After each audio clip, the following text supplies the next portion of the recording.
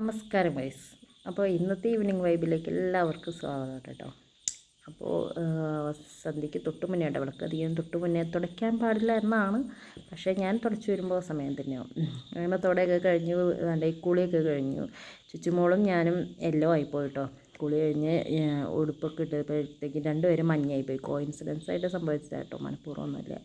അപ്പോൾ ഇന്നലത്തെ കിണ്ടിയിൽ വെള്ളം വയ്ക്കുള്ളായിരുന്നു. അപ്പോൾ ഇന്നലത്തെ വെള്ളം തുളസിത്തറയിൽ ഒഴിച്ച് ഇച്ചിരി വെള്ളം എടുത്ത് തെളിച്ച് ഒരു ഭംഗിക്ക് ഇരിക്കട്ടെ. പിന്നെ നിങ്ങളെങ്ങനെയാണ് കിണ്ടിയിൽ വെള്ളമൊക്കെ വയ്ക്കുന്ന കൂട്ടത്തിലാണോ? സന്ധ്യയ്ക്ക് വിളക്ക് കത്തിക്കുമ്പോൾ ഇവിടെ ഇവിടെ പാല് കാച്ചൽ പ്രമാണിച്ച് എൻ്റെ അമ്മ മേടിച്ച് തന്നതാട്ടോ. വിളക്ക്, തളിക, ചന്ദനത്തിരി കെട്ടുന്ന സ്റ്റാൻഡ്, കിണ്ടി, പിന്നെ കുറേ വേറെ ഐറ്റംസും ഉണ്ട്.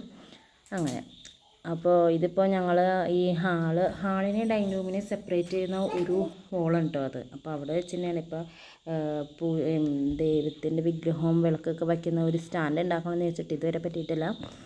അപ്പം അതുടൻ വരുന്നതായിരിക്കും.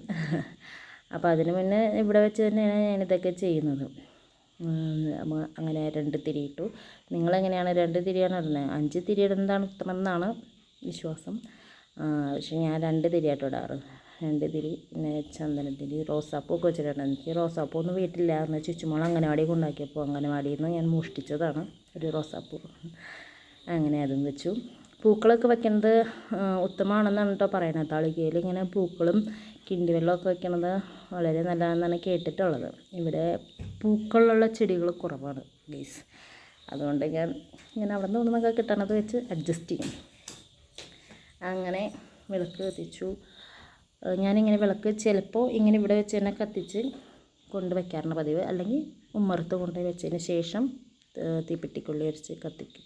അത് ഡിപ്പെൻസ്. അങ്ങനെ വിളക്കൊക്കെ കത്തിച്ചു.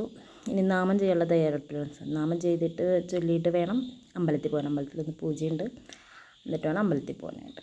നാമം ചൊല്ലി വിളക്ക് വെച്ച് കഴിഞ്ഞാൽ പിന്നെ ലൈറ്റുകൾ ഇടുക, പിന്നെ പടിപ്പുരയുടെ ഗേറ്റ് തുറന്നിടുക. അത് നേരെ ദർശനം അങ്ങോട്ടാണല്ലോ. അപ്പോൾ വിളക്ക് എത്തിച്ച് കഴിഞ്ഞാൽ നേരെ ഗേറ്റ് തുറന്നിടണം.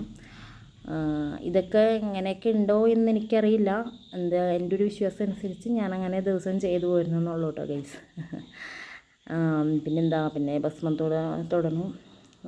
ഇപ്പോൾ ചുറ്റുമോക്ക് നിർബന്ധമാണ് 2 കയ്യിലും നെറ്റിയിൽ, കഴുത്തിൽ 2 കയ്യിലും ഭസ്മമൊക്കെ തൊടണം എന്നുള്ളത്. അങ്ങനെയൊക്കെ തൊടിയിച്ച് കൊടുത്തു. നാമഞ്ചൊല്ലാനായിരുന്നു.